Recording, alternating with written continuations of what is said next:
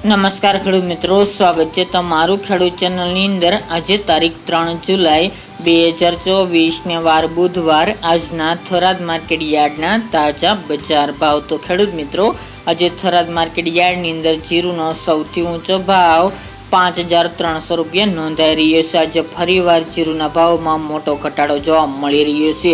જેમ જેમ ચોમાસું આગળ વધી રહ્યું છે તેમ તેમ જીરુના ભાવમાં ઘટાડો જોવા મળી રહ્યો છે। હાલ જીરુના ભાવ 5 થી 5500 સુધી રહી શકે છે। તો ચાલો ખેડૂત મિત્રો, આપણે જાણી લઈએ કે આજે રાયડો, જીરુ અને અજમાના ભાવ શું ચાલી રહ્યા હતા।